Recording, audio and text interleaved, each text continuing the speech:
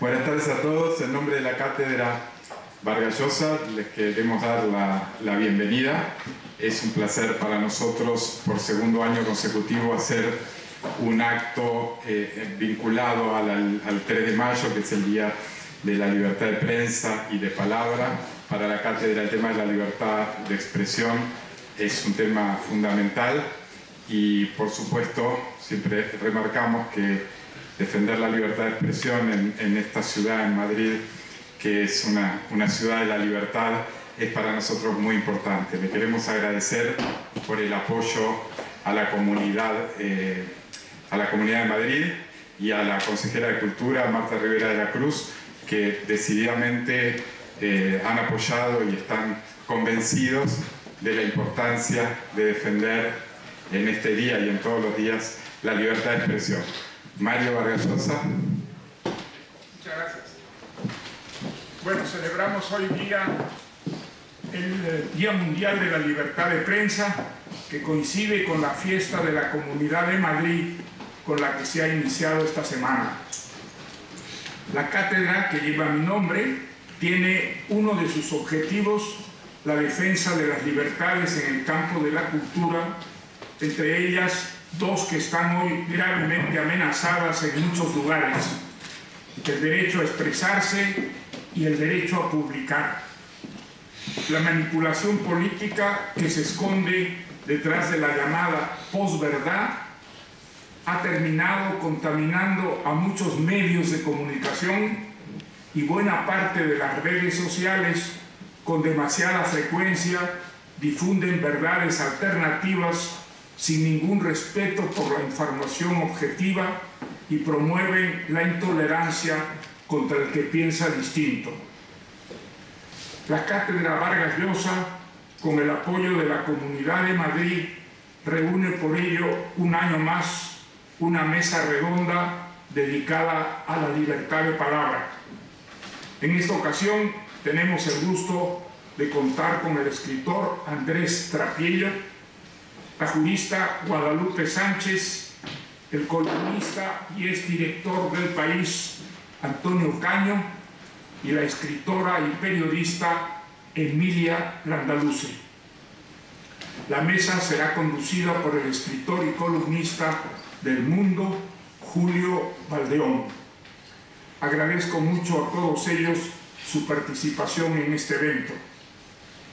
Antes de darles la palabra, quisiera mencionar que entre las distintas actividades con las cuales la cátedra que lleva mi nombre defiende la libertad de prensa está la convocatoria anual en los Estados Unidos del Premio de Periodismo Joven.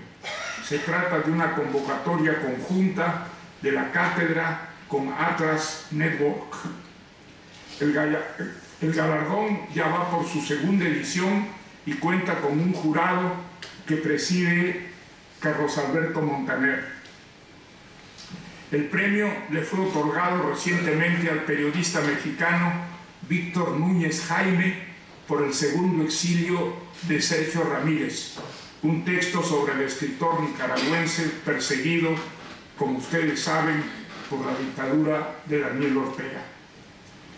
Para terminar, celebro que este encuentro tenga lugar en una fecha muy significativa para la Comunidad de Madrid, cuya presidenta, Isabel Díaz Ayuso, tanto ha hecho por la causa de la libertad, no solo de la capital de España, sino también de los muchos latinoamericanos que han tenido que abandonar sus países por los estragos que causan el populismo autoritario y la demagogia, y han encontrado en Madrid una ciudad abierta y acogedora. Agradezco también a Ramiro Villapadierna por haber coordinado este encuentro. Y ahora sí, doy paso a la mesa redonda. Muchas gracias.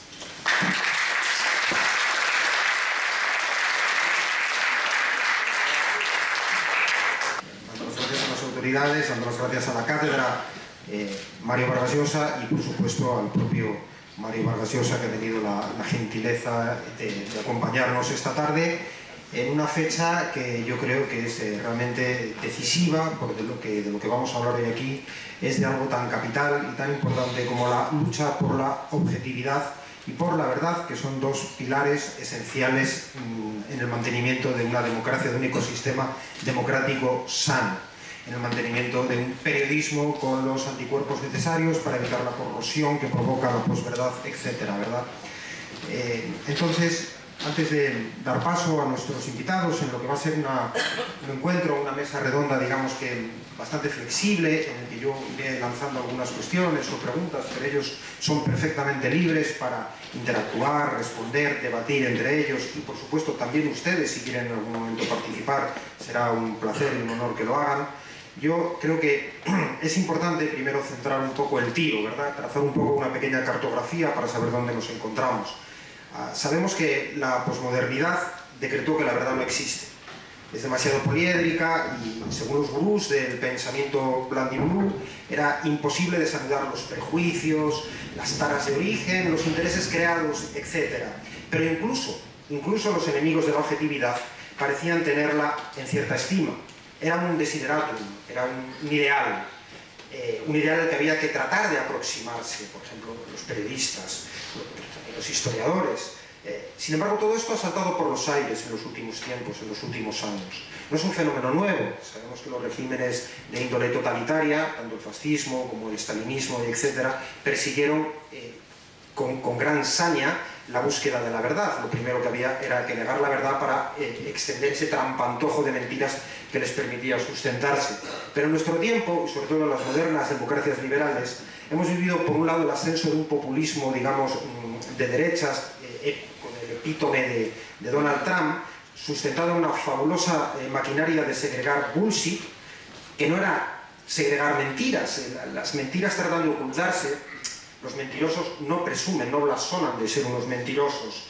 Pero con Trump y sus palmeros hablábamos ya de otro fenómeno, el de los hechos alternativos. Tú dices que Alemania inició la Segunda Guerra Mundial, como recordaba Hannah Arendt, y el alemán de turno le contesta a la filósofa: bueno, eso es lo que usted piensa, yo pienso otra cosa. La negación de los hechos contrastables, verificables. Y además esto sustentado en algo realmente pernicioso, que eran las creencias, porque yo lo digo, porque tengo derecho a decirlo, puedo sustituir los hechos por mis propias opiniones. Ya no había datos, no había hechos empíricos contrastables, solo creencias. Pero como reacción, o paralelamente a este activismo, a este bullshit de derechas, surge otro propio de la izquierda, en sentido contrario, que es el de los woke, el de la corrección política, el de, alimentado entre otras cosas por un movimiento que en Estados Unidos ha gozado de mucha potencia, que es el Black Lives Matter, y los destructores de reputaciones y libros, que desatan cazas de brujas santificadas por esta izquierda reaccionaria, ¿no? Según ellos, también había que renunciar a la verdad. Había que renunciar a la objetividad, entre otros sitios, en los periódicos, en los medios de comunicación. ¿Por qué? Porque estos medios habían estado dominados durante décadas por hombres blancos varones. Entonces, había que expulsar a estos hombres blancos varones de los medios y con ellos todo el sistema, digamos, de valores que habían sido los pilares de aquellos medios de comunicación. Había que fusilar la objetividad, así como la pretensión de informar sobre los sucesos, tratando de que nuestras propias creencias no contaminaran el punto de vista, o al menos tratando de exhibir nuestro punto de vista de manera que pudiéramos informar con objetividad. Pero la objetividad pasa a ser sospechosa, de colonialista, imperialista, de opresora, o peor. Y en este desfile de fusilados, la siguiente víctima ha sido la ciencia. No sé si saben que la ciencia también ha sido acusada de ser blanca, occidental, etc. Y estamos ahora en un proceso en el que hay quien pide sustituir las, digamos, verdades, entre comillas, científicas, ¿no?, por las creencias de cualquier grupo o colectivo más o menos oprimido, o lunático. Este es el panorama, un panorama sombrío, porque con la muerte de la objetividad, además ha llegado la entronización de las persecuciones, auspiciadas y celebradas en nombre de las mejores causas, de las más nobles intenciones. Pero es que la cancelación, según esta gente, tampoco existe. Las cancelaciones son bulos que se lanzan desde este enemigo opresor. Es verdad que las cosas pintaban peor en otros tiempos, tampoco hay que ponerse melodramáticos, no nos envían al gulag, podemos seguir escribiendo mal que bien. No hay fusilados, bueno, Sí puedes ir a la cárcel y puede costarte caro según qué países, por ejemplo en la Rusia de Putin o en la Nicaragua de Daniel Ortega, decir según qué cosas, pero al menos en nuestros países digamos que la persecución al pensamiento no alcanza unas cotas tan sangrientas, ¿verdad? De todas maneras, asistimos a una proliferación de las cancelaciones. Podría citarles montones de nombres del escritor Hernán Migoya, que vive actualmente en Lima y que es un protocancelado, porque fue cancelado hace ya muchos años por un libro que se titulaba, un libro de cuentos satírico que se titulaba Todas putas. Vivió un proceso absolutamente inquisitorial que, por cierto, se coagula gracias a la intervención sumamente valerosa de Mario Vargas Llosa, que escribió un artículo muy importante en su momento, muy importante por lo que tuvo de faro, de advertencia de lo que estaba ocurriendo y de lo que ha seguido llegando. Pero podría hablarles de Ilya Sapiro, que es un profesor de Derecho de la Universidad de Georgetown, que también ha sido cancelado por un comentario más o menos inocente. Podría hablarles de Gonzalo García Pelayo, el descubridor de María Jiménez, que en tiempos recientes ha visto como su última película censurada, tachada de heteropatriarcal, etc. Pero podría hablar de Picasso y todos los problemas que tenemos con la conmemoración del 50 aniversario de su muerte, de su fallecimiento, porque ahora resulta que Picasso pues, es acusado de maltratador, etc. El propio Sánchez Dragó, ya vieron el espectáculo de los últimos tiempos por una dragosura suya, ¿no? como diría una de sus buenas amigas, ¿no? Y tantos otros, ¿no? A Rowling, a J.K. Rowling, la escritora de Harry Potter, la han cancelado porque dijo que no veía claro usar la expresión gente que menstrua para referirse a las mujeres. Eso sirvió que fuera tachada de TERF, de ser enemiga de los trans y ser cancelada. Bueno, no quiero extenderme mucho más, hay muchos más casos, los nombres proliferan, pero el mero acto de ponerlos sobre la mesa presupone que todavía somos devotos del viejo y noble desideratum de la objetividad y que estamos convencidos de que todo esto ha sucedido, de que puede lamentablemente ir a peor y de que es importante ponerle nombre y apellidos y denunciarlo. Por eso, hoy, repito, reitero, en el Día de la Libertad de Expresión y en la Cátedra Vargas Llosa se ha reunido una constelación de escritores, abogados, periodistas, columnistas, dispuestos a chequear un poco el estado de salud de un ecosistema tan delicado como decisivo para la vigencia de la democracia. Tenemos con nosotros a Andrés Trapiello, escritor, al que debemos un hito fundamental, que es la recuperación de la memoria de la Tercera España, al que debemos libros tan formidables como Las armas y las letras y, por supuesto, ese monumental Salón de los Pasos Perdidos.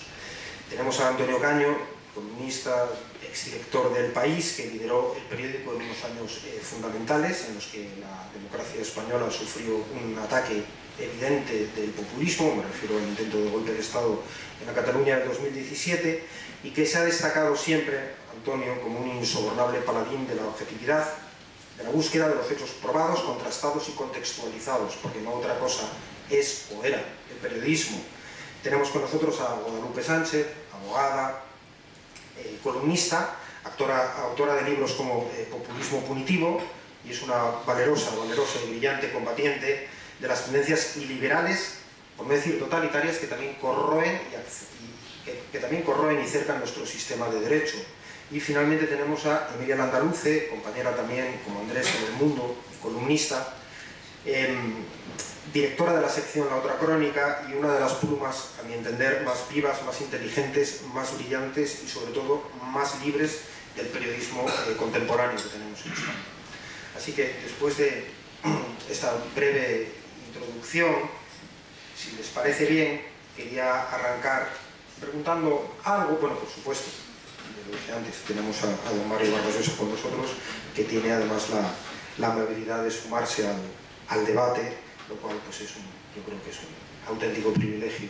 Y luego, si les parece, yo lo que voy a hacer, perdón, ahora es ir soltando estas cuestiones. Me gustaría empezar por don Mario y preguntarle si realmente cree que vivimos una situación sombría, si cree que exageramos, que la libertad está realmente en peligro y si esto es un reto que hay que tener en cuenta.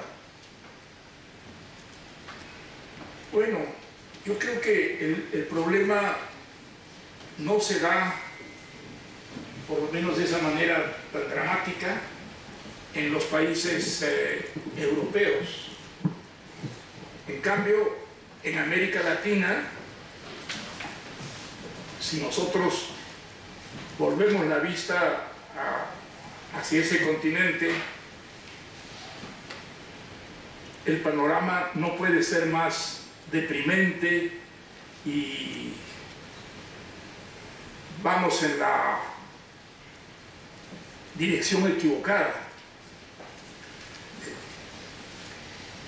Por lo menos no hay una reacción. Los países que todavía no están en manos del comunismo son países en los que el movimiento para limitar la libertad de expresión es considerable y prácticamente todas las fuerzas de izquierda y algunas de derecha participan de una manera entusiasta en esta dirección. Yo creo que el caso de América Latina es realmente dramático porque probablemente si uno revisa las épocas históricas,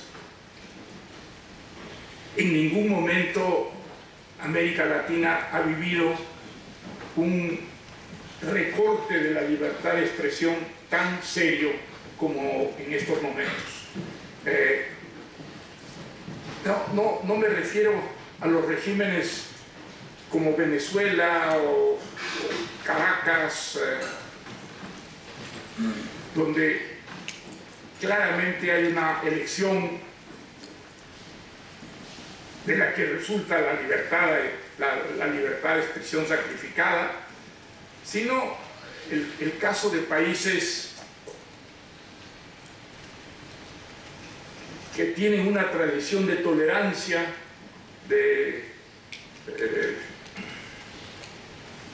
recepción entusiasta a las críticas y que hoy en día prácticamente van desapareciendo poco a poco a lo largo de toda América Latina, y son muy pocas las excepciones bueno, las excepciones pues son Uruguay, por ejemplo, ¿no? Donde hay una libertad de expresión muy respetuosa, pero la verdad es que en México, por ejemplo, claramente hay un presidente que está totalmente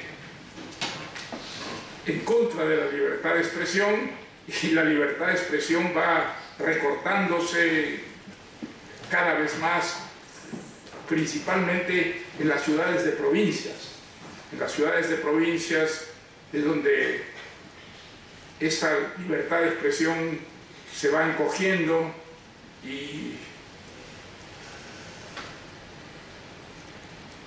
en general el panorama de América Latina es muy negativo, y yo creo que es más negativo que el momento culminante de su historia, ¿no?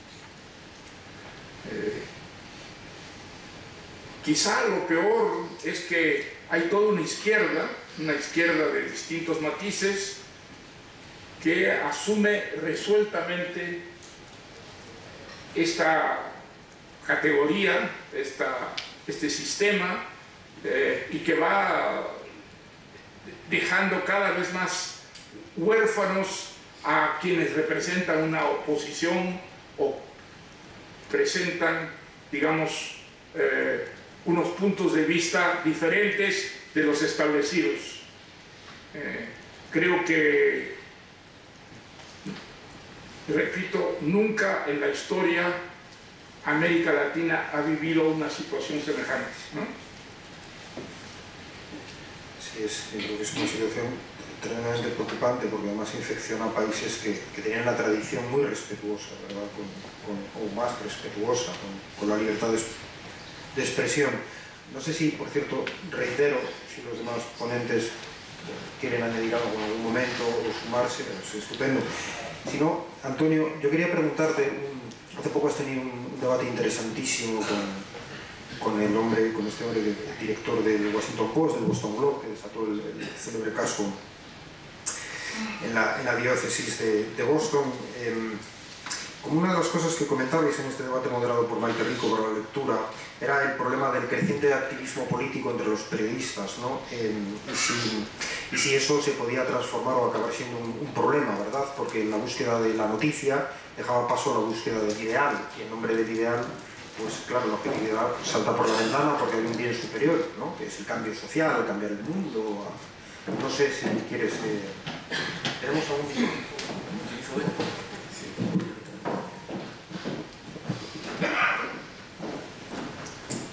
No todos los días tiene uno ocasión de quitarle el micrófono a Mario Vargas Llosa, así que voy a aprovechar. Bueno, muchas gracias a Mario por la invitación, porque esta es una iniciativa de la cátedra que lleva su nombre, y gracias a ustedes por su asistencia.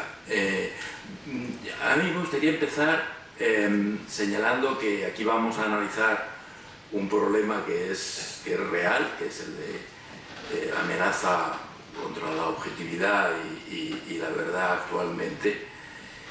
Y como para analizar ese problema seguramente vamos a tener que destacar los aspectos más críticos, que es lo que nos hace preocuparnos. Por eso quizás está bien empezar diciendo que en España hay en este momento libertad de expresión plena y libertad de prensa plena. Si no lo hubiera, lo sabríamos inmediatamente, lo notaríamos. Esto no es algo que puede pasar inadvertido, la falta de libertad de expresión, la falta de libertad de prensa. Yo creo que la preocupación viene en si hay menos libertad de prensa y menos libertad de expresión de la que había, no sé, hace 20 años. Y es verdad que alguna gente lo percibe así, y hay declaraciones frecuentes de personas vinculadas a la cultura, al arte, al periodismo, que señalan que sienten menos libres a la hora de hablar.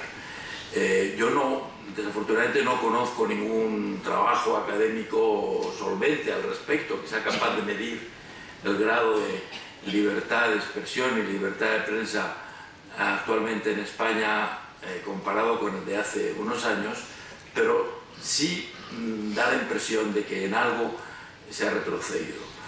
Yo me voy a centrar en esta primera intervención, Julio, si te parece, en mi trabajo, en mi oficio, en el periodismo, y creo que en el periodismo se ha reducido el espacio, el margen de libertad de los periodistas, no solamente por las presiones del entorno que describías, sino por la propia crisis que está sufriendo el periodismo. Los periodistas están peor pagados y en ese sentido son menos libres para hacer su trabajo.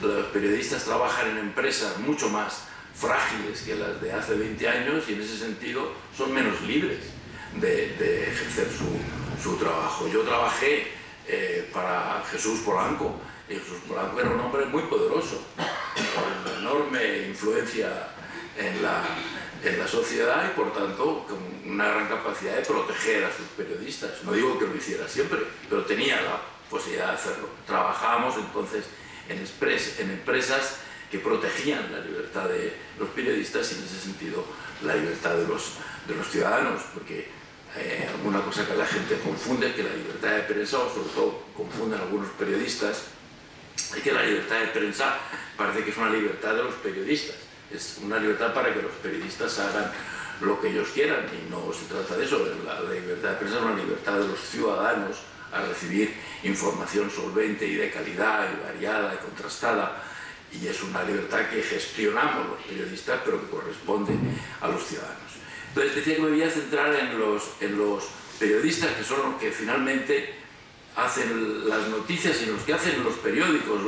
Yo he sido director de un periódico y los directores podemos influir más o menos en las decisiones editoriales de los periódicos y en la línea editorial, pero finalmente las noticias que ustedes leen las hacen los periodistas y el País, en la época que yo lo dirigí, elaboraba entre 300 y 400 noticias al día. Yo les aseguro que yo no podía leer todas ellas, ni siquiera la mitad, ni probablemente una tercera parte, con lo cual son los periodistas los que hacen los periódicos y por tanto los que tienen un efecto muy directo en la información que ustedes leen y por tanto en la libertad que ustedes tienen de opinar, porque su libertad de opinar de alguna forma está condicionada por la calidad de la información que reciben.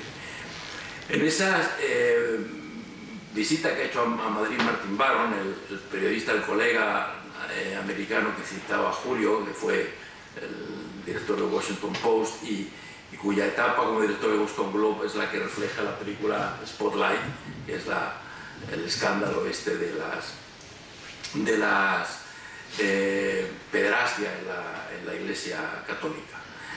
Martin es judío y al principio la primera reacción de la Iglesia Católica fue considerar que era un complot judío. Quiero decir que de todos los lados se intenta coartar la libertad con argumentos de este tipo, ¿no? Y Martin y yo coincidíamos en que los dos, él dejó el Washington Post hace 2 años, yo dejé el País hace 5, y coincidíamos en lo difícil que hicieron nuestros últimos años en el periódico por el creciente activismo de las redacciones. Lo difícil que era convencer a los periodistas, especialmente a los periodistas más jóvenes, de que su misión era contar el mundo y no cambiarlo. Yo comprendo que para un muchacho joven que empieza en el periodismo, la ambición de influir en los acontecimientos y de cambiar el mundo es comprensible y, como digo, y es hasta legítima. Pero lo que ocurre es que nuestra profesión no está para eso, y cuando se ejerce nuestra profesión, se practica nuestra profesión, hay que separar esa voluntad. Desafortunadamente, ese fenómeno ha sido creciente en los últimos años. Los periodistas creen que están obligados a intervenir en la actualidad, en amoldar la actualidad a las necesidades de lo que ellos creen que son sus lectores, previniendo que lean cosas que consideran que les van a ofender, insistiendo en que lean otras que creen que los van a hacer más virtuosos y, en definitiva, saltándose las reglas básicas de nuestra profesión. Como decía Julio, la objetividad y la verdad son dos materiales que han compuesto siempre la base del periodismo. Han sido siempre materiales delicados de manipular, siempre han sido escurridizos, pero en última instancia en conciencia, y el periodismo es una profesión que se ejerce en conciencia. Un periodista sabe en conciencia, digo, que la verdad existe y que la objetividad existe. Por mucho que lo niegue o que su ideología, su enorme presión ideológica le haga olvidarlo. Desafortunadamente hoy se ve de forma, no sé si mayoritaria, pero creciente, la objetividad como un acto de cobardía. Objetividad consiste en mirar los hechos desde diferentes ángulos, reflejar todos esos ángulos y plantearlos de forma honesta al lector para que el lector llegue a sus propias conclusiones. Eso hoy muchos periodistas lo ven como un acto de cobardía, creen que el lector tiene que comprometerse en la defensa de unos de los ángulos de los hechos, de uno de los ángulos de la actualidad. No solamente en eso, sino en descartar el otro, en descartar el que va a ofender a su lector. Lo vemos con informaciones diariamente que tienen que ver con los derechos de la mujer, con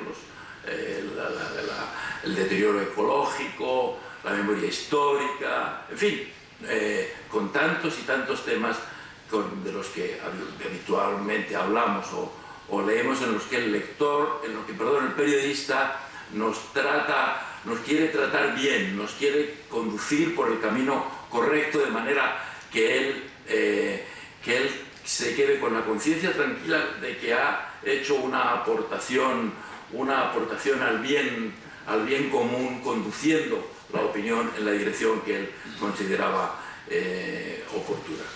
Bueno, voy a dejarlo aquí, si te parece, Julio, esta intervención.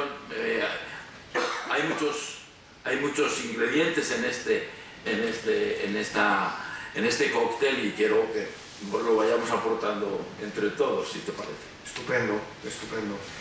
Bueno, a continuación quería preguntar, para regresar al fin de la objetividad, quería preguntar a Andrés Trapello por la importancia, y lo hemos comentado, ¿verdad?, la importancia que tuvo en el desarrollo de nuestra cultura el intercambio de información, y el otro con el que dialogamos, el otro que nos completa, el otro que perfecciona o que incluso nos hace nuestro discurso, nos puede hacer cambiar nuestras opiniones si concluimos que las suyas, sus ideas, pues están mejor fundamentadas. Pero claro, cuando optamos por cancelar al otro, cuando optamos porque nuestro punto de vista prevalezca ante todo, porque no toleramos que alguien disienta de nosotros, no sé si estamos metiéndonos por un camino que niega pues parte de lo mejor de nuestra tradición cultural, y además imposibilitamos que un mejoramiento del ecosistema cultural y del diálogo y la posibilidad, en fin, de encontrar esa verdad que va apareciendo cada vez más arreglada. Muchísimas gracias, Mario, muchísimas gracias, Loreto también. Gracias a los responsables de la cátedra y a ustedes por venir. Bueno, la pregunta que hace Julio es importante. Lo que ha dicho Antonio se refiere básicamente a los hechos de la actualidad, que son normalmente los que más problemas podrían darnos, y pensamos que la historia está a salvo de esta división de ideas. Pensamos que el tiempo habrá decantado la verdad y que es más sencillo encontrar la verdad en el pasado que encontrar la verdad en el presente, pero en un país como España estamos viendo que esto no solamente es así, sino que el conflicto principal, por ejemplo, de la última legislatura, no está tanto en el presente como en el pasado. Hasta que no se resuelva el pasado, digamos que no habrá una especie de pacificación del presente. Esto yo lo voy a centrar en la pequeña parcela que yo conozco, que es justamente la de la historia y de la literatura, porque yo no soy propiamente un periodista, soy un escritor que escribe en los periódicos y que está interesado sobre algunas cosas, principalmente una que tiene que ver con nuestra historia, que es la historia del presente de España, que es la guerra civil, cómo no. Al final siempre acabamos en España hablando de la guerra civil, porque la guerra civil no está resuelta cuando creíamos que estaba resuelta. El pacto de la transición era un pacto no solamente de los políticos, como han afirmado después, sobre todo los populismos de izquierda, y los políticos tomaron por nosotros, tomaron por el pueblo, por la gente, la decisión de clausurar algo que no estaba en absoluto cerrado, y nosotros lo vamos a abrir. Y no es verdad, no eran los políticos los que cierran con la Constitución. Los políticos, con muy buen acuerdo, tienen una cierta sensibilidad. Todos los que estamos aquí, la media de edad, conocemos perfectamente cómo se hizo esto.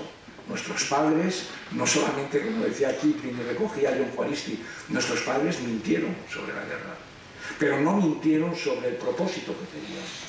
Nuestros padres todos mintieron sobre ella, pero aportaron una verdad en la transición, es que la guerra no se puede volver a repetir, y esto lo tenían absolutamente claro. Cuando esto se traslada a la literatura, a la cultura, vemos que hay una especie de mentira original sobre la que se ha fundamentado todo lo que hemos vivido estos años, hasta, diría, el desenterramiento de José Antonio Primo de Rivera o el desenterramiento de Franco. Es decir, el hilo nos lleva justamente a esta reactivación de la memoria interesada. ¿En qué sentido? ¿Cuál es la mentira fundacional de nuestra guerra civil? La mentira fundacional, en primer lugar, hay que explicar, aunque sea muy brevemente, que quien gana el relato, gana la guerra. Esto está clarísimo.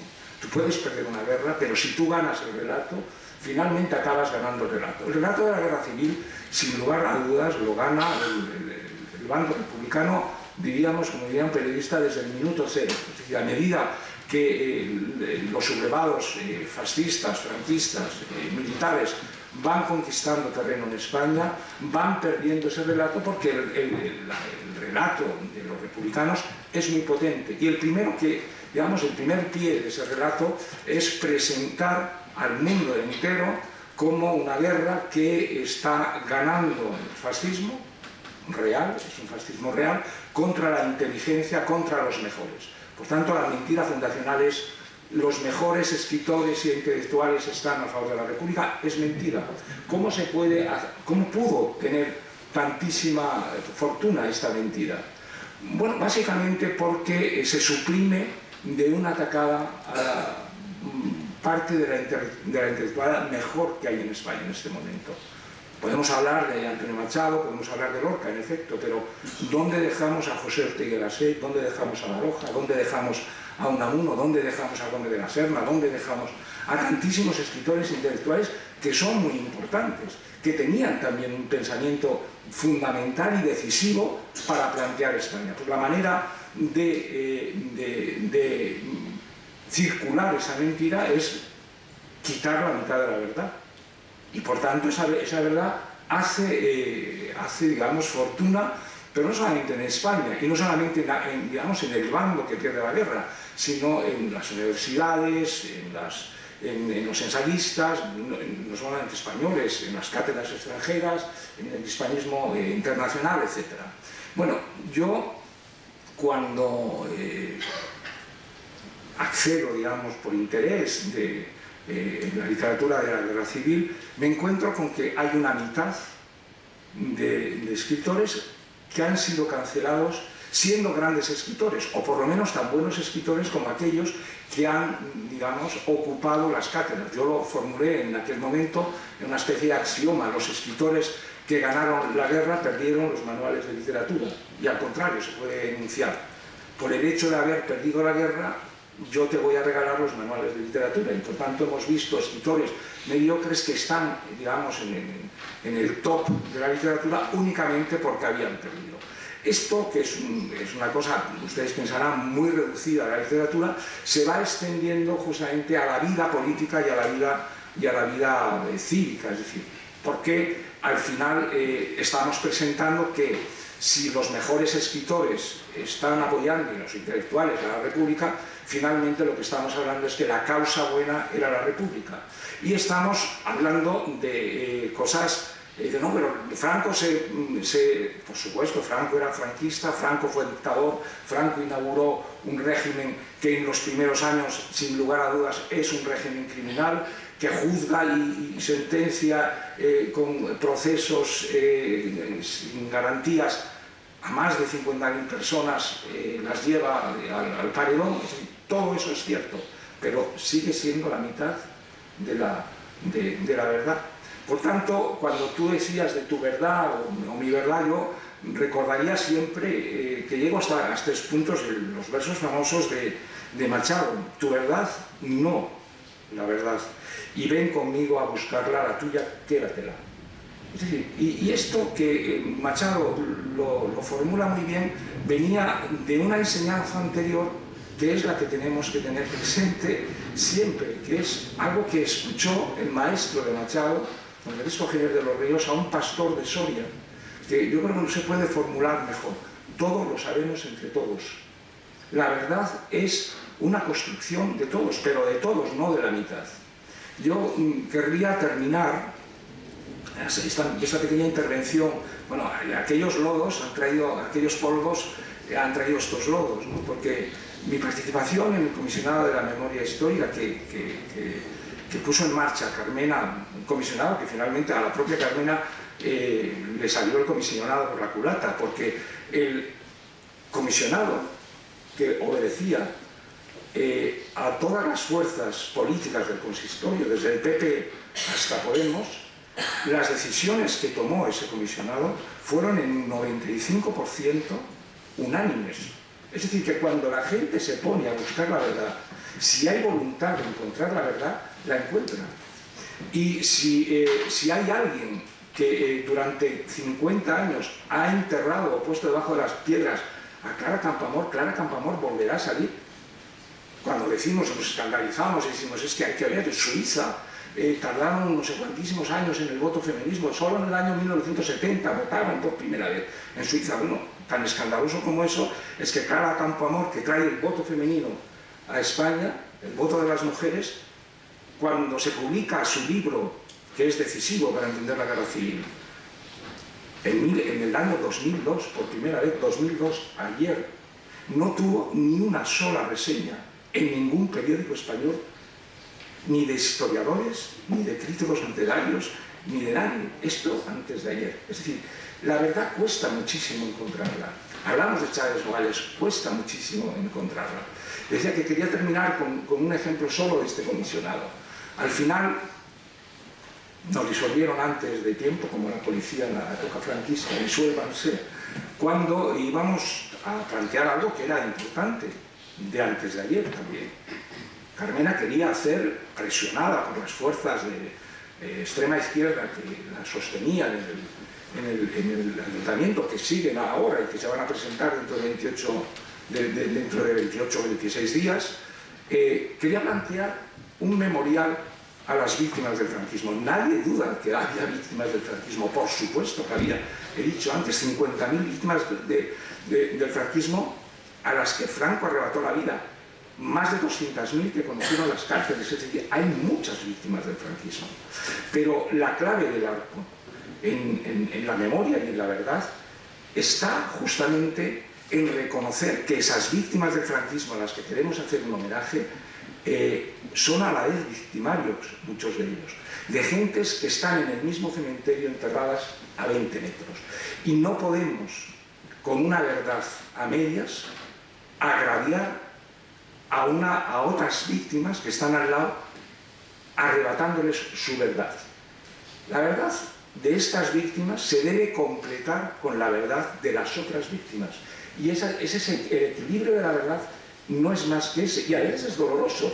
¿Y qué lleva a eso? Pues lleva al final a lo que decía Nietzsche, que un exceso de memoria acaba con la vida. Hay un punto en el que el ser humano decide, conozco esto, pero he de olvidar, que es la enseñanza que recibimos de esos padres que nos mintieron en la guerra civil y de la guerra civil, que llegó un momento en que dijeron, es preferible el olvido a recordar media verdad. Yo más o menos este es lo que me he movido estos años, ¿no? Que sigue marcando la actualidad y la política española de forma medular, ¿verdad? A mí me parece un tema crucial y muy preocupante la deriva que ha tomado, ¿no? Comentaba antes también, bueno, está con nosotros Emilia Landaluce, ya digo que es directora de La Otra Crónica, es escritora, acaba de publicar, precisamente publica libro, y columnista, una columnista distinguida entre otras cosas porque yo creo que no se calla nunca lo que piensa o casi nunca. Es una de estas periodistas a los que uno lee sabiendo que va a encontrar algo original, algo potente y algo libre. Y yo quería preguntarle si ella alguna vez se ha autocensurado. Recuerdo que hace años, precisamente Dragó, cuando le dieron el Principio de Asturias a Kapuscinski, entrevistó a Kapuscinski dijo que el gran peligro en las democracias era la autocensura del periodista, no tanto la censura clásica, sino la autocensura por el miedo a la audiencia, por el miedo al patrón de la empresa periodística, etc. Yo quería preguntarte si tú alguna vez has vivido eso y si crees que nuestros compañeros se autocensuran, si se autocensuran más que antes, si es un problema o si estamos magnificando algo que tampoco es quizá tan serio. Yo, como dice Antonio, yo creo que es un problema de cómo están los medios en la actualidad. Antes los editores te protegían. Ahora es difícil que los editores, Jesús de Polanco o los nuestros, pues te protejan como antes ante agresiones que generalmente se quedan en que pases un día, que te dan el rollo en Twitter y te salen... Yo no tengo Twitter, o sea, eso que me hago. Pero yo no me censuro nada generalmente porque no se me lee en abierto. Es decir, a mí me protege el dinero, porque la verdad, como la disidencia, como la valentía, está bien que cueste un poco de dinero.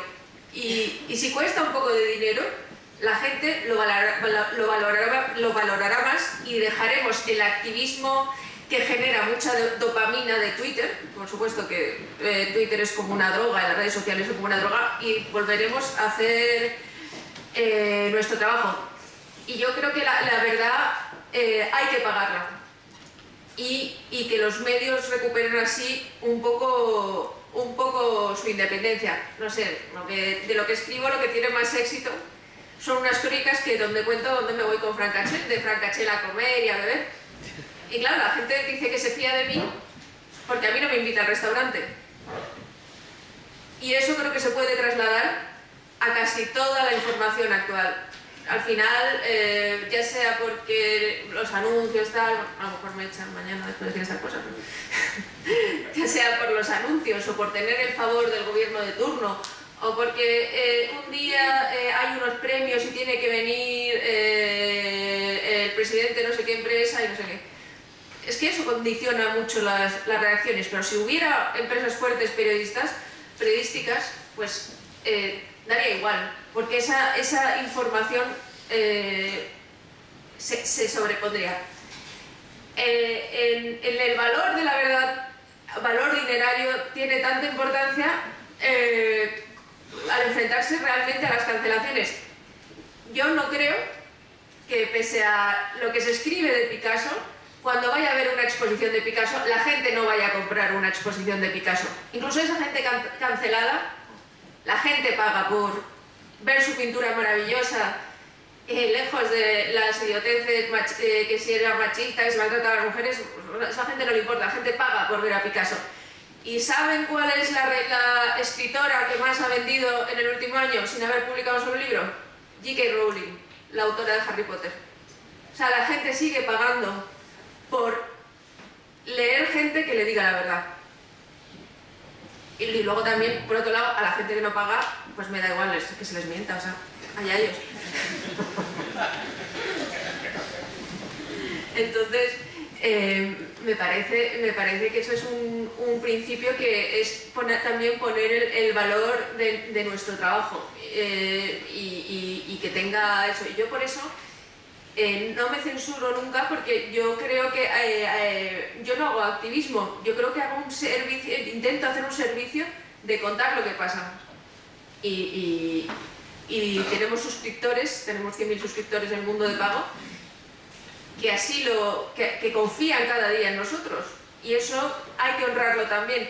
A mí, porque un día me vayan a linchar y me hagan TERF o me llamen lo que sea, me da igual, pero porque va en mi sueldo. Por eso hablo de la importancia de redignificar al periodista y al contador de historias.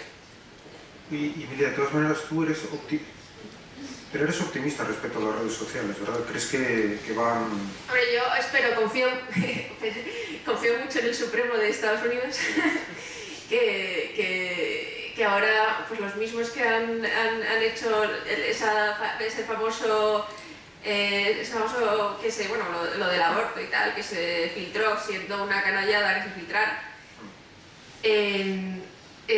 Ahora hay varias víctimas del Bataclan y de lo de Niza han demandado a las redes sociales porque han probado que esos activistas que cogieron un camión y se dedicaron a atropellar a personas y que entraron en una sala y ametrallaron a un montón de gente, han probado que esas personas se radicalizaron por una cosa que se llama el filtro burbuja, que no sé si ustedes saben que cuando entran en las redes sociales, el gestor de la red social sabe perfectamente dónde han entrado antes, en las páginas que han visto, sus intereses, y entonces solo reciben noticias que les complacen para que ustedes pasen más tiempo en las redes sociales. Luego solo conocen la verdad que les ratifica, no la verdad que les quita la razón, no la verdad de los otros.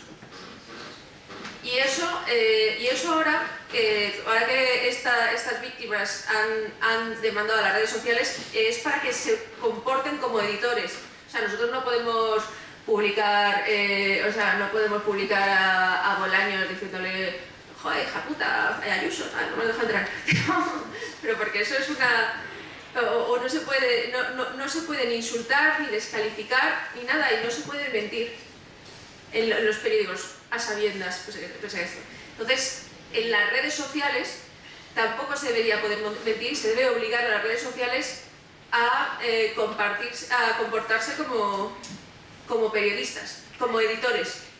Y si hicieran eso, pues obviamente sus altos beneficios a bajo coste, pues no tendría, no sería en competencia para lo que es los medios, porque no nos podemos engañar que la mayoría de las personas no entran en el mundo.es, ni se compran el periódico, ni nada, entran en las noticias de Twitter, o lo que es peor, solo se informan a través de enlaces que les mandan sus amigos y su gente de confianza y los que tienen su teléfono de WhatsApp. WhatsApp es el primer medio de comunicación y sin ninguna responsabilidad. Entonces, ayer mismo había un WhatsApp circulando diciendo que Pedro Sánchez tenía una niña estudiando en Suiza. Eso lo publica un medio y iríamos a juicio. Sí, no, es maravilloso. Las empresas todopoderosas se van a rositas, ¿verdad? Porque ellos son contenedores, no generan contenido, se nutren de lo que generan otros, porque son vampiros en ese sentido, y encima no tienen ningún tipo de responsabilidad. Oye, y Guadalupe, comentábamos antes que sería interesante, decías, poner en relación el fin de la objetividad, o los ataques contra la objetividad, porque yo espero que todavía la objetividad no haya muerto, que haya un poco de esperanza al final del túnel, pero poner en relación el fin de la objetividad con la eclosión de la cultura del victimismo, ¿verdad? Y de cómo al final pues, hay casi una competencia un poco obscena por ver quién tiene más agravios, más medallas de lisiado, de ataques que ha sufrido, y se crea una especie como de campeonato en ese sentido profundamente turbador. No sé si quieres... Sí, efectivamente. Bueno, en primer lugar me gustaría agradecer tanto a Mario como a la cátedra que me haya invitado a participar en este acto, y también a todos los asistentes por dar importancia a algo que deberíamos mantener siempre en el primer plano, como es la libertad. Pues sí, yo te pedí que hablásemos un poquito de la cultura de la victimización y de la autocensura. Bueno, yo soy quizás la única no periodista, escritora de este ilustre grupo, soy abogada, soy jurista, así que he planteado mi intervención, como diría Paco Umbral, para hablar de mi libro, y lo voy a enfocar bastante al mundo del derecho para acabar vinculándolo con esta cultura de la victimización a la que se ha referido Julio. Una máxima liberal que todos conocemos es este famoso "tu libertad termina donde empieza la mía", ¿verdad? Es algo que todos los amantes de la libertad y que tenemos ciertas lecturas liberales conocemos. Pues este principio, que es fundamental, ya no solo es que esté siendo malinterpretado en el sentido de como tu libertad termina donde empieza la mía, y decir donde termina tu libertad, esto no es así, sino que se ha ido un paso más allá y ya hemos avanzado a tu libertad termina donde empiezan mis sentimientos, incluso mis manías. Y esto es un cambio de paradigma muy peligroso, porque en las democracias occidentales ningún derecho es absoluto, creo que eso lo sabemos todos. Tanto la libertad de expresión como la de información y la de prensa tienen sus límites, son límites marcados y definidos tanto por la legislación como por la jurisprudencia. Son el honor, la intimidad y la propia imagen. Esto explica, por ejemplo, casos como el que está en boga ahora en todos los medios de comunicación, el del famoso periodista de la Fox, Tucker Carlson, que han tenido que pagar la cadena, no sé si son $700 millones, bueno, esta barbaridades que se pagan en Estados Unidos, precisamente porque el periodista mintió y manipuló información sobre los resultados electorales en Estados Unidos. Bien, los límites, como digo, existen, son objetivos y están perfectamente definidos, en nuestro caso, en el artículo 18 de la Constitución española y en leyes orgánicas que los desarrollan. ¿Qué es lo que nos estamos encontrando? Pues que al ir avanzando progresivamente nuestro legislador en algo tan peligroso como es la institucionalización del sentimiento, esos límites que estaban perfectamente definidos se están desdibujando y abriendo paso a algo tan arbitrario como es el sentimiento, porque es que al final hay tantos sentimientos como individuos, hay tantos como personas.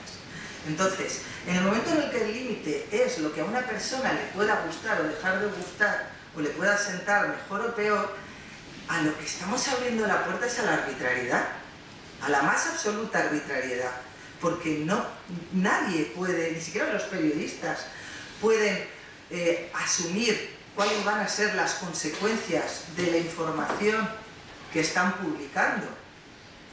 Eso se traslada en una inseguridad jurídica que es incompatible con cualquier sistema democrático. Cuando tú no puedes prever las consecuencias de tu conducta, cuando el hecho de decir, por ejemplo, que existen únicamente desde el punto de vista biológico dos sexos, el masculino y el femenino, puede dar lugar a ya no solo a los ya tristemente célebres linchamientos sociales, sino a que también con leyes que se están aprobando por los distintos parlamentos se te pueda perseguir administrativamente, porque eso es lo que se ha aprobado, por ejemplo, con la ley trans, se te pueda perseguir administrativamente por simplemente constatar algo que es una realidad, una evidencia científica y comprobable. En ese momento estamos comprometiendo algo tan valioso como es la igualdad formal ante la ley. La igualdad digamos que es el hormigón sobre el que se cimentan todas las democracias liberales, todos los estados liberales y democráticos de derecho, y se sustenta sobre hechos objetivos y comprobables. En el momento en el que esos elementos objetivos y comprobables ceden ante algo tan subjetivo como es el sentimiento, la igualdad desaparece. Comentabas la cultura de la victimización. Claro, en el momento en el que tú le das trascendencia, ya no solo social, sino también institucional y jurídica al sentimiento, automáticamente estás dando una relevancia pseudo-legislativa a los colectivos de víctimas. Es algo que se ha hecho muy popular. Ahora mismo están en boga en nuestros distintos países una serie de colectivos, los racializados, el colectivo feminista, etcétera, etcétera. Hay casi que tantos colectivos que ya es imposible abordarlos.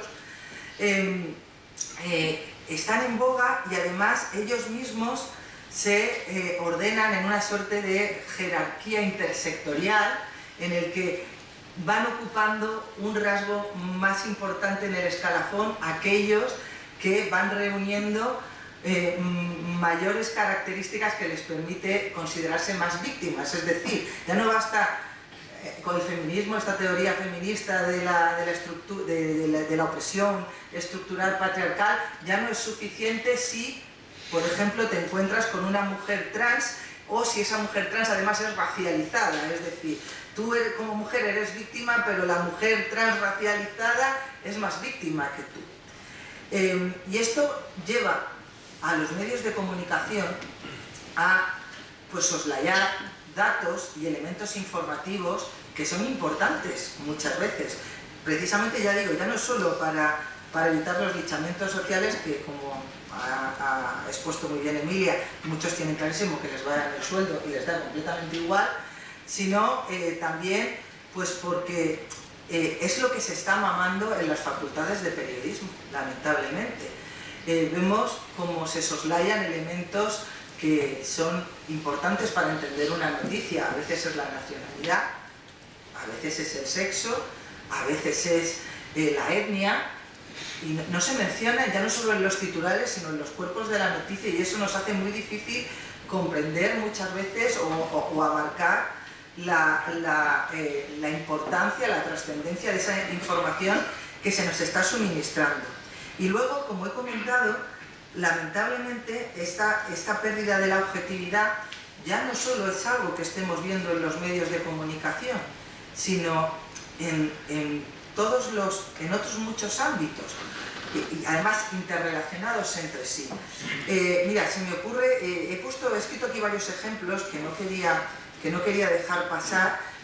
Por ejemplo, el caso de Rafael Marcos, que no sé si sabéis quién es el padre de una criatura que fue secuestrada por su madre, calificada por este gobierno como madre protectora.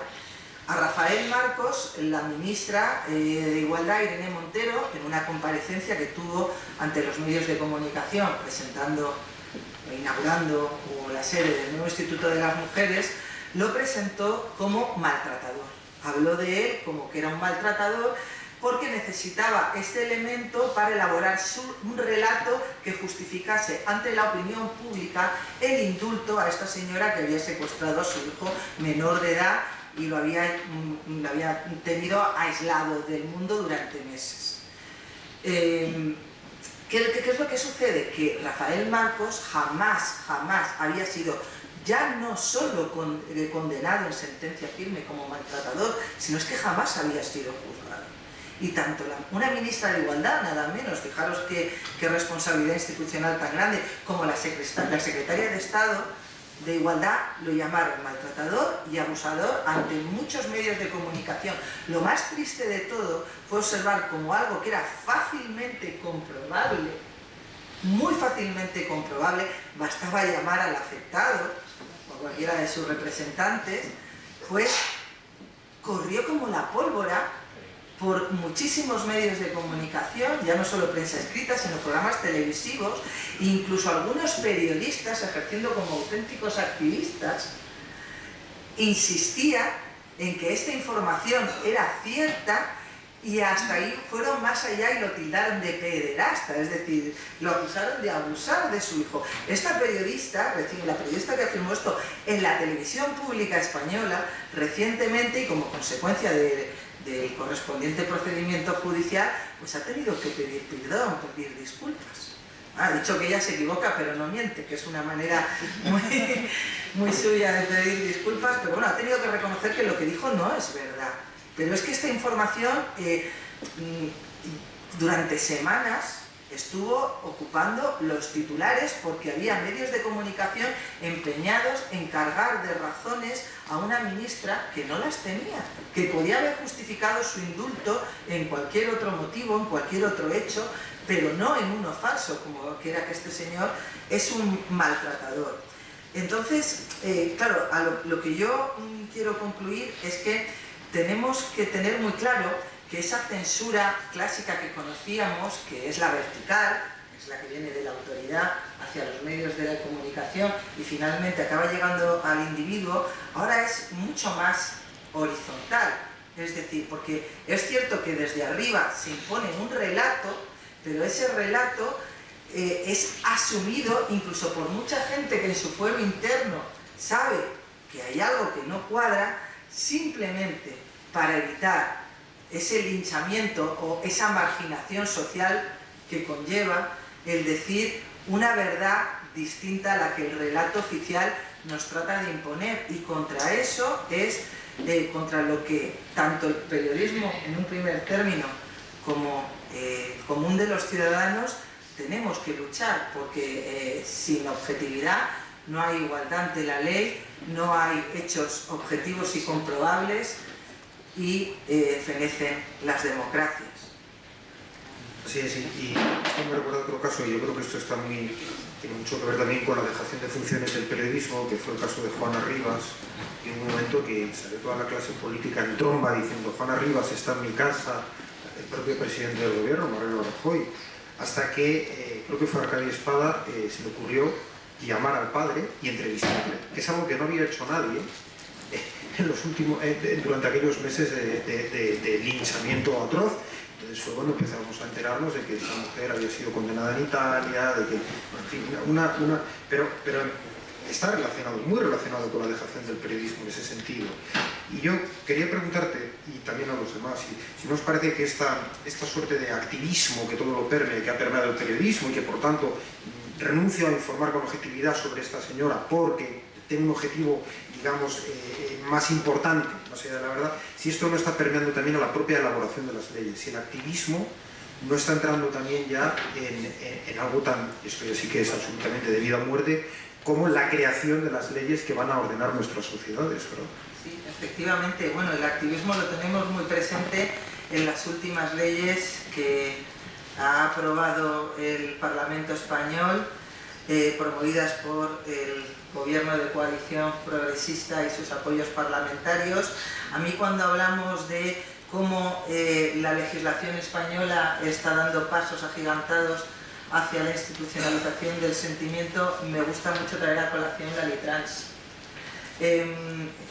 Por supuesto que el Estado no es quien para decirnos a cada uno de nosotros cómo tenemos que sentirnos, cómo tenemos que vivir nuestra identidad sexual. Faltaría más. Pero una cosa es que el Estado no nos diga cómo tenemos que sentirnos y otra cosa es la respuesta institucional que debemos recibir como ciudadanos cuando demandamos algún tipo de servicio por parte de nuestras instituciones. Lo que ha hecho la ley trans es definir en su artículo 3 la identidad sexual, el sexo, como algo sentido, algo autopercibido, que está totalmente desvinculado del sexo biológico y permitiendo a aquellas personas que presenten una disforia entre su sexo sentido y su sexo real, acudir al registro civil y hacer constar en sus documentos oficiales el sexo autopercibido. No es necesario, como pasaba antes, que se haya realizado o que hayan iniciado algún tratamiento de hormonación, lo que se llama el tránsito, ¿de acuerdo? Porque evidentemente, yo que conozco a muchos de ellos, las personas que han iniciado el tránsito, que han asumido que van a tener una vida medicalizada simplemente para dotar de entidad aquello que sientan, a mí me merecen todo el tipo, todos los respetos, y creo que además que el Estado, por supuesto, que tiene que aprobar una ley que les facilite el tránsito jurídico, es decir, pasar de ser un hombre a una mujer o viceversa, ¿de acuerdo? Porque eso tiene trascendencia jurídica. Lo que no puede ser es que simplemente por el hecho de manifestar algo tan subjetivo como el sentimiento ante un registro, esa persona vaya a poder recibir de la administración una respuesta institucional como si su sexo biológico coincidiese con el sentido. Esto va a tener una trascendencia increíble en ámbitos, por ejemplo, como el deporte femenino, como las oposiciones, donde, al margen de la opinión que yo tenga, pues hay plazas reservadas para mujeres. Ya sabéis que, por ejemplo, Marlaska intenta reservar un número de plazas para las mujeres en la Guardia Civil. Pues claro, vamos a poder ver a señores, ya no que estén haciendo el tránsito, sino con su barba, con su corbata, pues ocupando plazas de mujeres. Y lo que es más importante, y a mí me parece mucho más preocupante, es que además esta ley desatiende el interés superior del menor, porque deja que niños menores de edad, y ya no estamos hablando de menores de 18, sino menores de 16, de 14 y hasta entre los 12 y 14, puedan decidir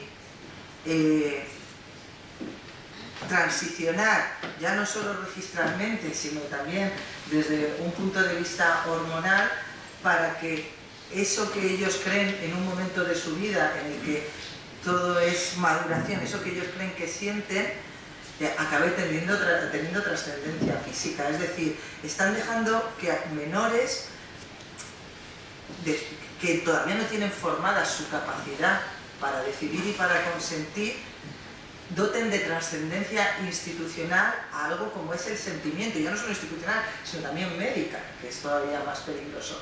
Entonces, por ejemplo, la ley trans es un ámbito muy importante, pero ya te digo que no es el único, y que, por ejemplo, hay trazas de todo esto en la Ley de Memoria Histórica que ha mencionado Andrés, y por ejemplo en la ley CEDA, en la ley educativa, está muy presente el sentimiento cada vez más, y esto es muy peligroso porque se trata de algo que no es ni contrastable ni comprobable, que es totalmente subjetivo, y todo lo que es subjetivo acaba siendo o transformándose en arbitrario. Arbitrario, efectivamente, sí. Pues, si me lo permite, yo quisiera volver al periodismo, porque creo que en última instancia es en el terreno del periodismo donde la batalla de la que estamos hablando creo que se libra de manera más decisiva, ¿no? De manera más notable, más apreciable, y también de manera más decisiva. Y quiero regresar brevemente al asunto de la crisis de la industria periodística, que creo que explica muchos de los males actuales. Con periódicos fuertes, con medios de comunicación más fuertes, probablemente el debate de la ley trans hubiera sido más intenso, más auténtico, se hubiera forzado. Con periódicos más fuertes, los historiadores publicarían más artículos, les pagarían mejor por lo que publican, el debate sería más rico. En definitiva, creo que mucho de lo que estábamos hablando aquí se resume en la crisis de la industria, que en última instancia está creada para proteger eso, porque la industria periodística no tiene más objeto desde su nacimiento que el de justamente ser el espacio donde se defiende la objetividad, eso, donde se defiende la verdad. No solo los periodistas, aunque antes he hablado de los periodistas, pero otros agentes sociales, y ese es el terreno. Y ese terreno, si no ha desaparecido, casi ha desaparecido, porque la crisis de los medios ha dejado a la prensa liberal, a la prensa independiente, como mínimo en una esquina de la sociedad, y ha hecho florecer, en primer lugar, se ha mencionado antes el nombre de Fox. Fox es el primer ejemplo y el estandarte de esto. Fox, ahora un periodista que han sancionado por mentir, pero Fox nació para mentir. Ese es el objetivo.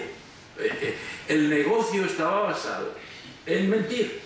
El negocio estaba basado en crear una realidad alternativa. Y cuando se reunían los ejecutivos de Fox, no discutían sobre cuál es la noticia del día, sino qué mentira hacemos hoy y que se imponga a la sociedad. Así se creó, ese era el objetivo. Y fue un tremendo negocio. Resultó ser un enorme éxito. Para su sorpresa, los ejecutivos de Fox descubrieron que los oyentes preferían escuchar la mentira que ellos le preparaban a las noticias que daban los demás medios de comunicación convencionales. De forma que incluso algunos reaccionaron. NBC creó una cadena que se llamaba MSNBC, que lo que trataba es, desde la dignidad, digamos, de la marca NBC, introducir un pequeño contraste a Fox. ¿Con qué objetivo? Con ver si podía también morder en ese negocio que obviamente existía, que era el negocio de que la gente prefería escuchar mentiras a escuchar verdades. Entonces, esto unido, en fin, a otros muchos asuntos que no tenemos tiempo ahora de analizar en profundidad, arrastraron a los medios de comunicación independientes, liberales, tradicionales, a una crisis de la que aún hoy no han sido capaces de recuperarse. Y todo eso mencionaba antes periodistas activistas, pero bueno, es que al activismo también se recurre por falta de formación. El sectarismo sabemos que es el refugio de los ignorantes en cierta medida. Un periodista mal formado es mucho más propenso al activismo, como lo es uno mal pagado, y por tanto es la crisis de la industria que tiene que sostener estos valores que estamos aquí defendiendo y que estamos alertando sobre el peligro que corren, lo que explica desde mi punto de vista muchos de estos males. Sí, Andrés. Sí, siguiendo con lo que dice Antonio, claro, hay que entender bueno, cómo puede haber tantos millones de idiotas que creen una... Desde la pregunta es esa, ¿no? Sí. Pero yo creo que no voy a salir en defensa de los idiotas, pero sí apuntar que la ficción es siempre mucho más atractiva que la verdad. ¿En base a que la ficción proporciona un sentido? Mario está aquí, es un escritor y sabe que las novelas se hacen con sentido.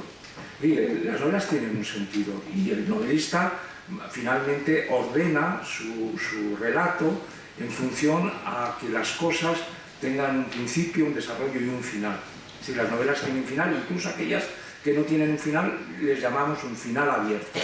Bueno, las noticias del día no las tienen, es decir, vivimos en un sinsentido, la vida no tiene sentido. Y la gente que vive desesperadamente sin sentido necesita esos sentidos. Por eso las famosas teorías de la conspiración tienen tantos seguidores, porque desordenan a base de mentiras lo que está sucediendo. Quieren que suceda aquello que les dice que está sucediendo. Y esto sí que es muy difícil de erradicar. Es decir, porque este es el principal problema, porque la verdad no les contenta, la verdad les deja exactamente en la misma incertidumbre. Pero si yo de la guerra civil cuento que hay buenos y malos, pues realmente todo el mundo quiere estar del lado de los buenos. Pero si vemos que es un relato que es muy complejo y muy difícil de encajar todo, pues nos sucede que Clara Campoamor tarda 50 años en emerger, porque aquello que presentaba era una verdad compleja. Es mucho más sencillo entender a Rafael Alberti, que desde el primer momento te dice que las cosas son blancas y negras y yo, qué casualidad, estoy en la parte blanca, ¿no? Del lado de la luz, sí. Emilia, sí, ¿qué querías? Esto soy yo. Yo también creo que también los medios tradicionales han cometido sus errores. Eso no es una definición mía, sino de Cayetana Álvarez de Toledo, que es bastante afortunada lo que dice. Dice que el populismo es la venganza de la realidad contra la corrección política. Y, por ejemplo, ahora mismo, hoy se ha presentado un libro que se llama Veneno, de un autor italiano, que cuenta un caso que se le dio una altísima difusión en el año 91 de unas series de niños en Italia que denunciaban que los padres les violaban, les introducían todo tipo de manillares, todo eso y todo. Y era un relato inducido de una psicóloga al niño. Y todo ese relato que destrozó las vidas de los padres y llevó a 3 al suicidio, aparte de la cárcel, fue relatado por los medios de comunicación sin ningún tipo de crítica ni de cuestionamiento. Entonces, yo creo que los medios siempre podemos aspirar a hacer mejor nuestro trabajo. Y yo creo que también los medios de comunicación no aprovechamos los años de bonanza porque todo era fácil y entraba mucho dinero y tal, y no aprovechamos para hacer cosas verdaderamente memorables. Y yo creo que eso es uno de los motivos por los que también surgieron estos Fox News o todas estas cosas. Y, por ejemplo, no solo pasó en Italia. Arcadio Espada tiene un libro que se llama Raval, que es exactamente de eso, una serie de niños a los que les inducen a pensar que eran víctimas de malos tratos. Entonces, y es verdad lo que dicen, lo que pasa es que los niños son siempre susceptibles a que les hagan caso y dicen cualquier cosa. Por eso en los juicios, una de las cosas que hizo la Inquisición en los juicios de brujería fue prohibir el testimonio de los niños, que es una cosa que no deja de ser un dato que es interesante. No queremos que vuelva la Inquisición. No. Entonces yo creo que también se puede hacer una crítica en la que creo que los medios tradicionales no supieron responder a ese afán que también tenía pero bueno, que Fox es anterior a Internet. a Twitter. Y hay otro precedente que es Oprah Winfrey en los 80, en su programa lanzó también campañas de estas de los maestros que habían abusado de mí, que era todo mentira, pero se puso en el relato, destrozaron vidas, y claro, pero Oprah ha pasado por periodista, funge como, y cuando es una mezcla de activista y actriz, pero eso es una tragedia que tenemos en el periodismo. Sí. Podría abrir el debate claro, con la participación del público, ¿no? Sí, yo podría hacer una... Sí, bueno, muy amable, muchas gracias por la oportunidad. Yo quería preguntar un par de cosas porque creo que don Mario Vargas Llosa ha dejado muy claro el tema de los populismos y creo que todos los gobiernos intentan de por sí controlar la información que sale a la sociedad, indudablemente pues en su favor. Entonces, quería plantear un par de cosas, ¿no? O si me podría responder dos cosas que, digamos, desde la sociedad civil se ve muchas veces cuando analizas y tal. Por ejemplo, ¿no? El tema, y creo que se ha mencionado también, tenemos el tema de la publicidad, que el primer anunciante en España ha pasado a ser las administraciones públicas. Entonces, ¿cómo compatibilizamos ese conflicto de intereses que hay en que en los medios, tu mejor cliente, lo trato bien, lo trato mal, ¿qué hago? Soy totalmente objetivo cuando tengo el riesgo que esos ingresos que finalmente van a permitir pagar las nóminas, pagar los servicios. Tenemos también el caso de, por ejemplo, de ruedas de prensa. Una rueda de prensa es casualmente para proveer de información a la sociedad a través de los del periodismo. Ruedas de prensa que son un simple manifiesto a veces donde no se permiten ningún tipo de preguntas, ningún tipo de aclaración ni nada. Entonces es una pseudo rueda de prensa.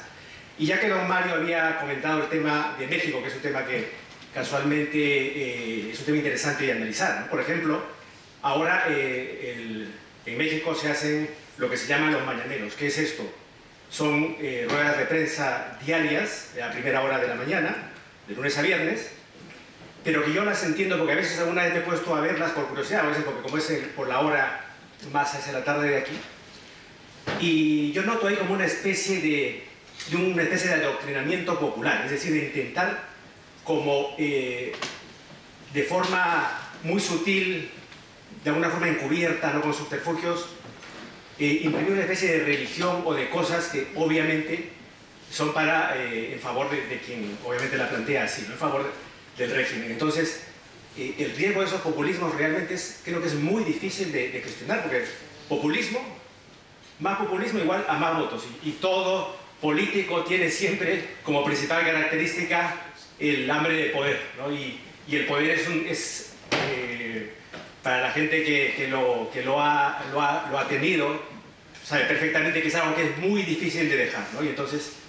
¿cómo plantear esto? O sea, estos riesgos que realmente finalmente llegan a esto clarísimamente, a que la sociedad nos cuentan pues un relato que es el que quieren que entendamos simplemente como si fuésemos un rebaño de ovejas y pues hoy día mandarnos para aquí o mañana para allá. Efectivamente, la influencia de la administración pública en los medios, bueno, también por la debilidad económica de estos propios medios, posibilita pues también que, en fin, que a veces hagan concesiones preocupantes. No sé si, yo quería preguntaros también, la eclosión de las redes sociales trajo un adanismo, se decía, por fin no habrá mediadores, el público, el pueblo hará periodismo de calle y no habrá entre medias estos poderes, estas manos negras que todo lo manipulan. No sé si estáis de acuerdo en que el descrédito del mediador, del editor, ha sido también clave para esta persecución de la objetividad, y luego por otro lado, sí, otro gran problema que hemos sufrido ha sido la mezcla a veces ya indistinguible entre opinión e información, cuando son dos ámbitos que tienen que estar radicalmente separados, porque de lo contrario caemos en el activismo nuevamente. No sé si queréis comentar algo, Antonio. Bueno, sí, claro, la separación entre opinión e información es algo que muchos lectores no están habituados a distinguir, o no están educados para hacerlo, ¿no? Eso en Estados Unidos es tan estricto que los periódicos tienen dos directores diferentes, un director de información y un director de opinión, y prácticamente no se dirigen la palabra entre ellos para tratar de no contaminarse, de que las prioridades de opinión no influyan en las prioridades informativas y viceversa. Pero creo que tanto la persona que ha intervenido antes como tú me ha parecido que aludían de alguna forma a cierta actitud de los medios tradicionales antidemocrática, como que era excesivamente separada o desconectada de los intereses de los lectores. Eso sonaba, y que en ese sentido la llamada democratización del periodismo pues era bienvenida, y así fue. Al principio, efectivamente, las redes sociales parecían un instrumento para la democratización del periodismo y fueron bien recibidos incluso por los propios periodistas, ¿no? Pero probablemente es una democratización mal entendida, ¿no? El periodismo ha sido siempre una profesión, no nos engañemos, de élite. Y el periodismo iba dirigido tradicionalmente a las élites. Los periódicos más vendidos apenas llegaban a unos cuantos cientos de miles de personas en países de millones de habitantes. Lo producían las élites, lo consumían las élites, y eso nos lleva a otra discusión sobre la responsabilidad de las élites. Pero es evidente que no cualquiera puede ejercer el periodismo, no se puede democratizar el periodismo. Se puede democratizar el chascarrillo, se puede democratizar el chisme, pero el periodismo es una profesión que tiene unas normas rigurosas de cumplimiento, sin las cuales no se puede llamar periodismo, y por tanto sería como democratizar la medicina, si me permites la comparación, o democratizar el derecho. Pues no, en el sentido de que cualquiera pueda ejercerlo, que es como se ha entendido el ejercicio del periodismo, pues es un error. Yo entiendo que hablar de una profesión de élite, dirigida a las élites, pues no suena muy bien en estos tiempos, lo admito, ¿no? Pero, en fin, no hago más que una descripción de lo que ha sido siempre, y desde la élite se puede ejercer una influencia muy positiva, y creo que pese a todos las sombras que hay en el periodismo tradicional y el periodismo establecido, digamos, por supuesto que en muchos países los periódicos han estado en manos de familias poderosas que han utilizado en ocasiones su poder, el poder de sus cabeceras, para defender intereses espurios o sus propios intereses. Pero creo que el balance general de los 200 años de periodismo independiente, dirigido desde las élites, creo que es positivo. Yo me quedo con el balance positivo, y sin embargo ahora me preocupa mucho esta llamada democratización, que hace que muchos periodistas se sienten que su lealtad es con sus seguidores en Twitter, en lugar de con quien deben ser leales, que es a los lectores y en última instancia a los ciudadanos. Pero es que, yo quiero decir un poco seguir un poco lo que dice Antonio. Es que el problema de los periódicos es que nos hemos dejado de dirigir a lectores. Ese afán que por el tráfico, pues la gente que rebusca en Google, el satisfacer el algoritmo, que como os he explicado antes con lo del filtro Urja, pues te da lo que más te piden tus entrañas, pues te ha abierto a grandes audiencias. Pero a mí yo siempre digo a mi periódico, digo, a mí me preocupa más que no me compre mi farmacéutico de 48 años a que no me compren 100 chavales de 20 a 30 años. Porque es perder a las élites, y como dice Antonio, el periodismo ha sido de las élites, para los lectores. Yo, si me permitís, es que creo que sí que es necesario que desde el periodismo, más allá de todo lo que estáis comentando, se haga cierta autocrítica, ¿de acuerdo? Porque cierto es que, claro, que el periodismo se ha hecho por las élites, está para influir en las élites, pero también el común de los ciudadanos lee. Es verdad, la gente lee, la gente no es idiota. Es muy fácil decir, bueno, es que yo quiero que me lean solo los que se enteran de lo que yo estoy hablando, ¿no? La gente lee.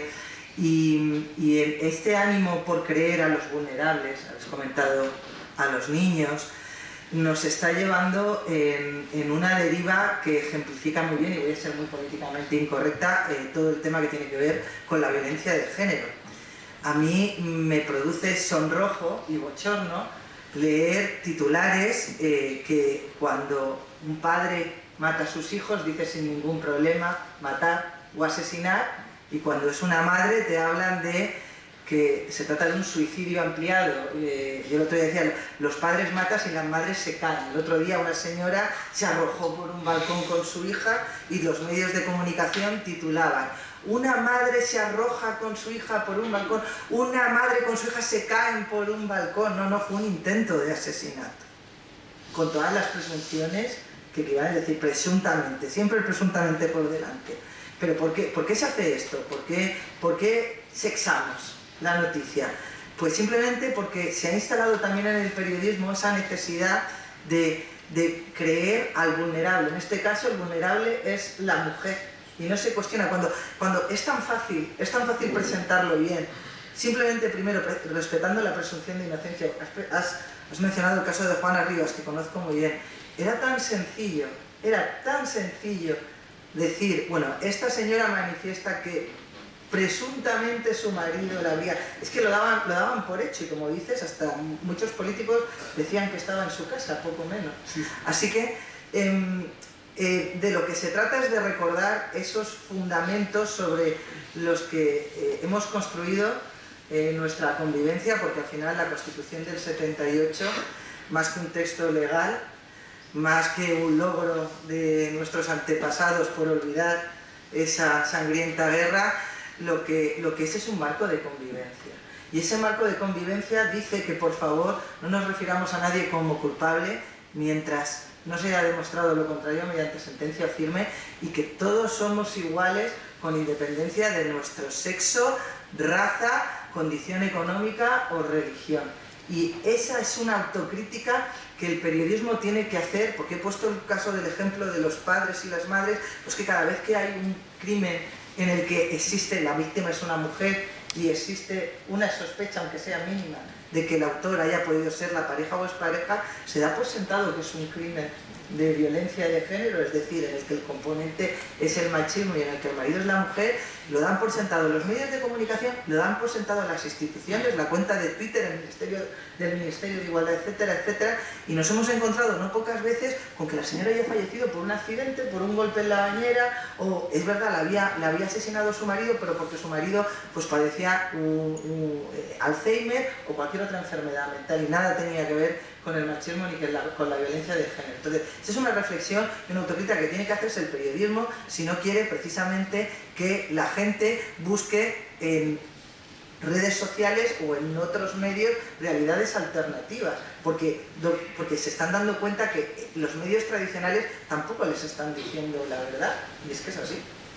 Yo quería hacer una vuelta, una defensa a la subjetividad, porque el periodismo sin subjetividad, sin la verdad de las mentiras, no existe. Me ha gustado mucho, Antonio, recordar la diferencia, la necesidad de diferenciar la opinión de la información. La información puede ser más o menos veraz, depende de qué medio te dirijas, qué intereses esté defendiendo ese medio, y sabes que un medio está más cerca de contar la verdad, la teórica verdad, la hipotética verdad de una manera y otro de otra.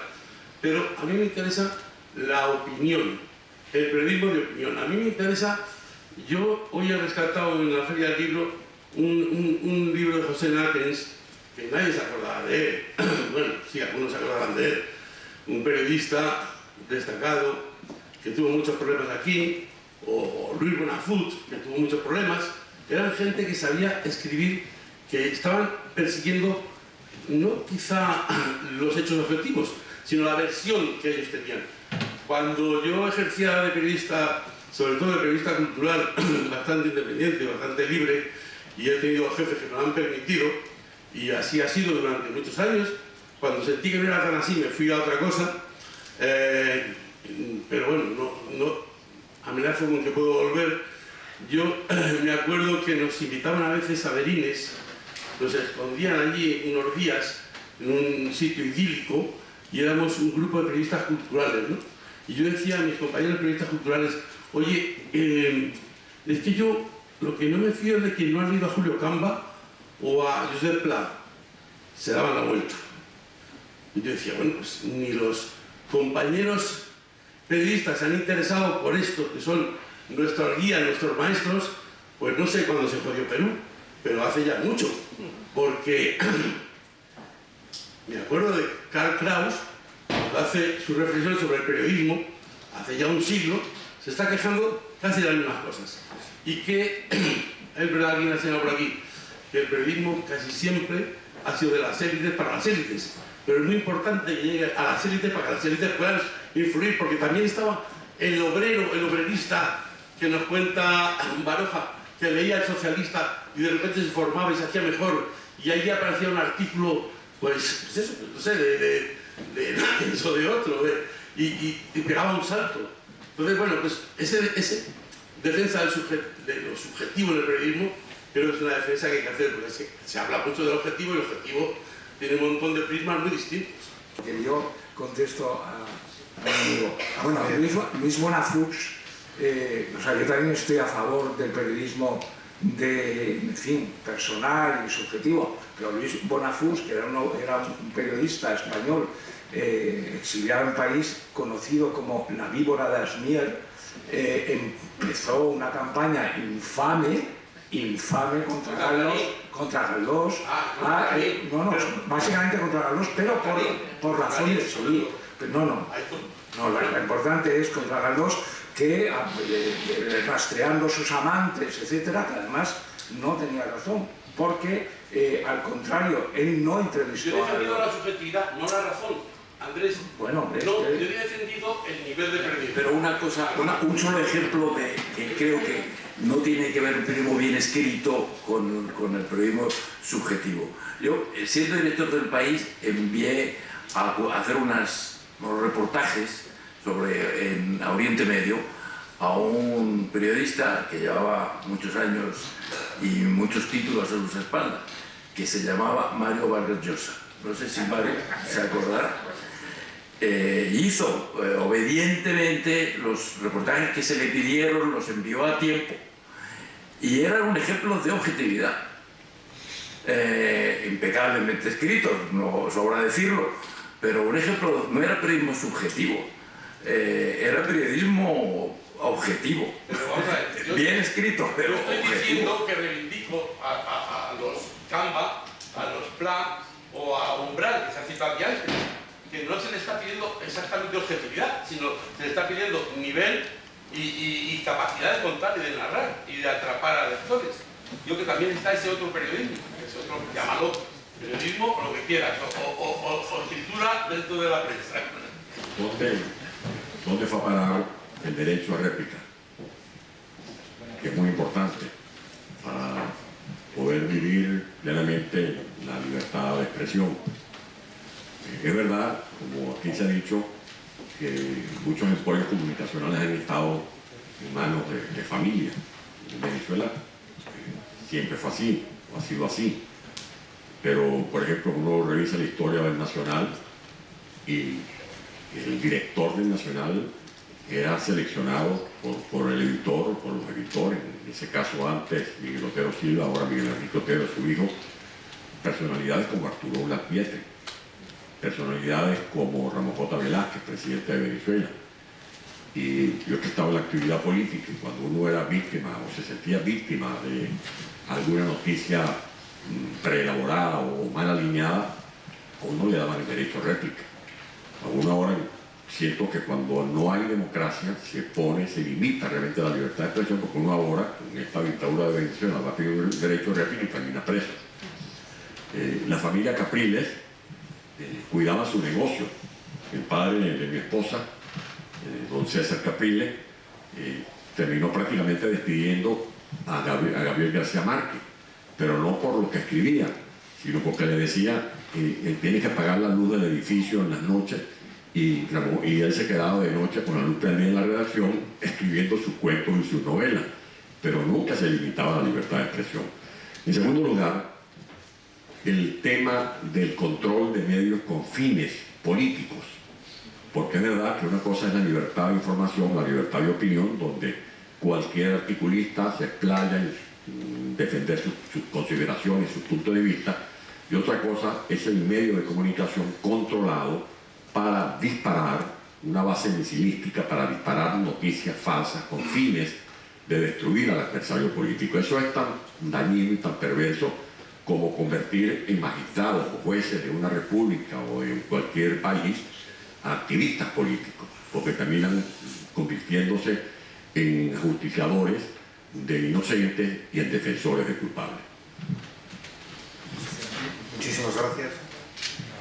Bueno, se nos ha hecho ya quizá un poquito tarde, son las 9 menos 10, entonces si hay una última pregunta, no sé si ya vamos muy mal o si da tiempo, breve por favor, si es posible, porque tenemos que ir acabando. Preguntar a la mesa, ¿cuál debe ser la función de la prensa para modular y tal vez eliminar, cuando sea procedente, la posverdad? Sobre todo la posverdad politizada, la posverdad que politiza los hechos de la humanidad. ¿Tiene que hacer la prensa algo o simplemente van a seguir siendo observadores y acatadores de la posverdad? Gracias. Nada, gracias. Si alguno de vosotros queréis... Tú mismo, ¿verdad? Yo mismo, bueno, no, creo que obviamente la prensa juega un papel decisivo y reivindicar la objetividad no significa no reivindicar también el punto de vista, no significa no ponernos en la pechera incluso aquello que pensamos para que quede claro dónde estamos y no dar gato por liebre al lector. Y luego, por supuesto, significa contar lo que sucede y ponerse no de perfil, sino literalmente en contra de aquellos interesados en vendernos como realidades alternativas, lo que no dejan de ser puras mentiras. Creo que la prensa tiene que tener un contrato muy claro con la verdad, y que sin la verdad no podemos vivir ni como sociedad ni seguramente como individuos. La verdad es importante y hay que librar una batalla en su favor y en favor de la objetividad. Bueno, nada más, solo quería agradecerles a todos por su generosidad, por haber venido a escucharnos. Quería agradecer, por supuesto, a nuestros maravillosos ponentes por sus brillantes intervenciones, a la cátedra por habernos acogido y a don Mario Vargas Llosa porque ha sido un sueño cumplido poder compartir mesa con él. Gracias.